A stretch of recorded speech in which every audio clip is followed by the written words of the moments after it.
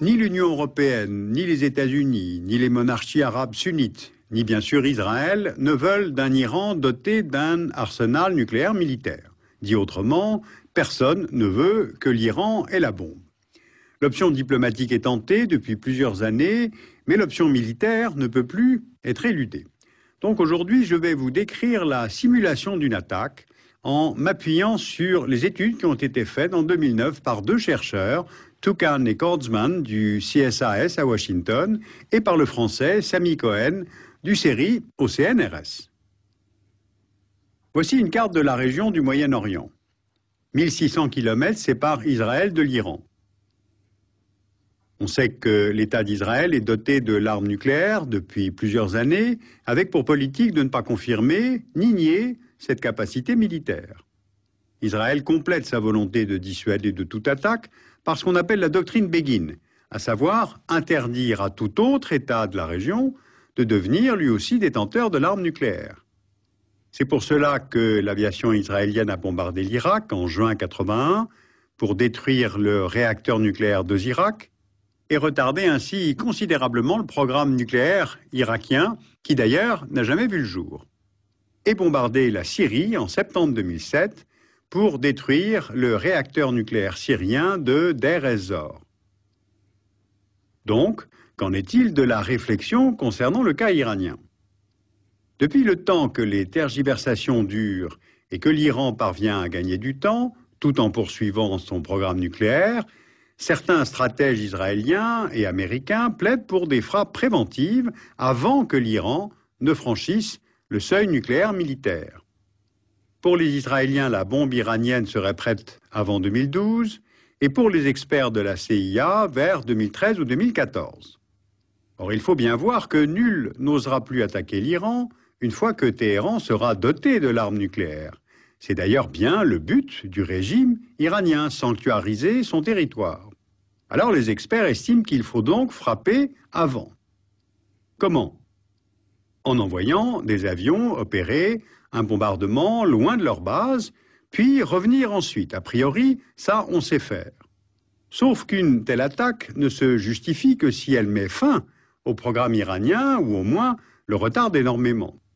Or, les objectifs sont difficiles à atteindre et l'opération est très complexe à monter. Pourquoi? Analysons donc la trajectoire, les objectifs, les profits et les pertes. Décollant d'Israël, par où ces avions devraient-ils voler? Les militaires ont repéré 3 couloirs aériens. L'itinéraire idéal passe par la Jordanie et l'Irak. Il est central, il est plus court, mais pose des problèmes de relations diplomatiques avec la Jordanie, avec qui Israël a signé un traité de paix en 1994. Le couloir numéro 2, au sud, passe par la Jordanie, l'Arabie saoudite, l'Irak, et pose donc les mêmes problèmes diplomatiques. Le 3 passe par le nord. Il longe la frontière Syrie-Turquie, traverse le nord de l'Irak avant de pénétrer dans l'espace aérien iranien.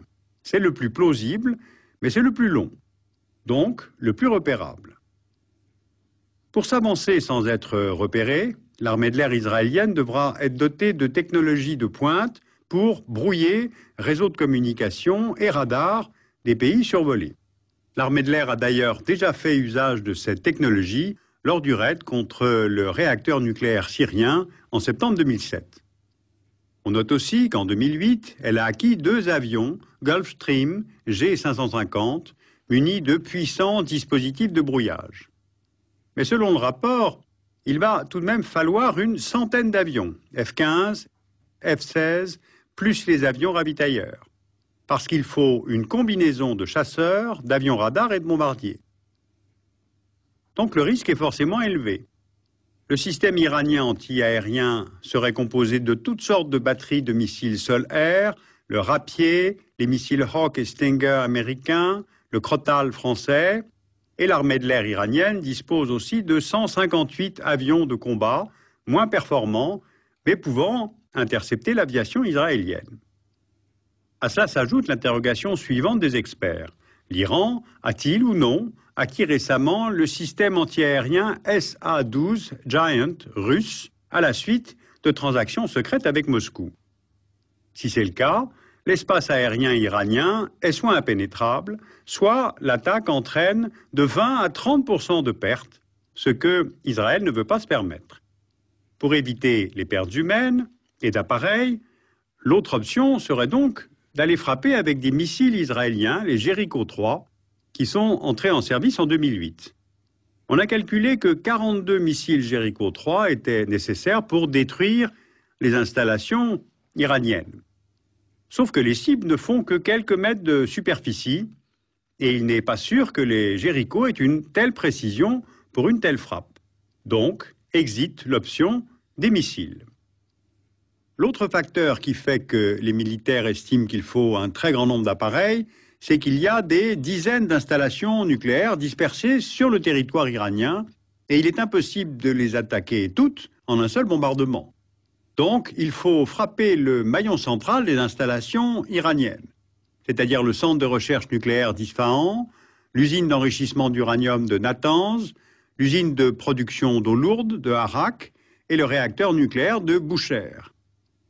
À partir de cette hypothèse des militaires, deux problèmes. Un seul bombardement sur Natanz, Isfahan, Arak et Bushehr, est-ce bien suffisant?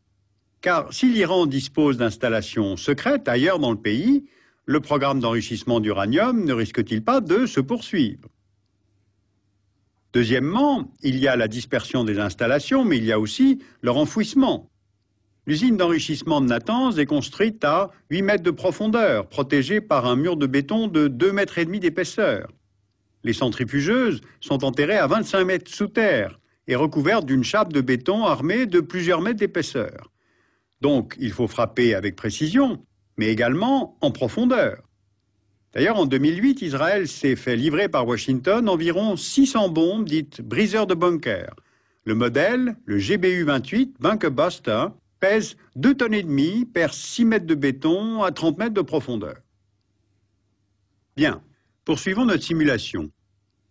En cas de succès, que peut-on anticiper comme dégâts humains, comme effets collatéraux, comme représailles sur Israël et comme conséquences pour la région? Si la frappe touche sa cible, ce qui est tout de même le but recherché, l'explosion du réacteur de Bushehr provoque des retombées de radionucléides sur un très vaste périmètre. Cela entraîne la mort immédiate de milliers d'Iraniens vivant à proximité, des centaines de milliers seraient ensuite atteints de cancer, et entre les deux périodes, du fait des vents dominants, les pays voisins seraient eux aussi largement contaminés par les radionucléides. Maintenant, les représailles. L'Iran dispose de missiles Shihab 3, dont la portée atteint Israël, on le voit sur la carte, et Téhéran pourrait riposter par des tirs de missiles à tête conventionnelle. D'ailleurs, en 2008, l'administration Bush a livré à Israël un radar américain de surveillance, installé maintenant dans le Negev et servi avec l'aide de techniciens américains. Au sud du Liban, l'allié Hezbollah pourrait tirer des missiles Zelzal qui peuvent atteindre Tel Aviv. Et s'ils sont envoyés en grand nombre, l'état-major israélien confirme qu'il ne peut pas les intercepter tous. Or, depuis la guerre au Liban de juillet 2006, le Hezbollah a reconstitué son stock et disposerait de quelques 40 000 roquettes de diverses natures. À cela s'ajoutent les possibilités de passage de frontières par des kamikazes pour des attaques suicides sur le sol israélien. Et puis, Téhéran conserve aussi comme option le blocage du détroit d'Ormuz, aggravant ainsi la crise internationale, car c'est par ce détroit qu'est exporté environ 40% de la production pétrolière mondiale. Et puis enfin, et c'est là qu'est le paradoxe, un tel bombardement ne ferait que renforcer l'Iran dans sa décision de poursuivre son programme nucléaire, puis de se retirer du traité de non-prolifération. Voilà, une telle simulation permet de mesurer que l'opération est complexe à monter et son issue nullement garantie. On voit bien que les hypothèses se répondent les unes aux autres. La perte du monopole atomique pour Israël dans cette région reviendrait à un séisme pour tous les Israéliens. Or, Israël ayant toujours été adepte du zéro risque, l'état-major pourrait préférer quand même une attaque préventive. Vu son histoire, on peut comprendre que le peuple juif se crispe à toute idée de menace d'anéantissement. Les monarchies et les régimes arabes, ensuite, les sunnites, redoutent énormément que l'Iran franchisse ce cap. D'abord pour leur propre sécurité, et ensuite parce que cela entraînerait une prolifération dans le monde arabe lui-même. Donc si on pousse un peu loin le raisonnement, on comprend que ces régimes arabes ne seraient en fait pas fâchés que Israël se charge du travail. Sauf que les conséquences d'un tel bombardement sont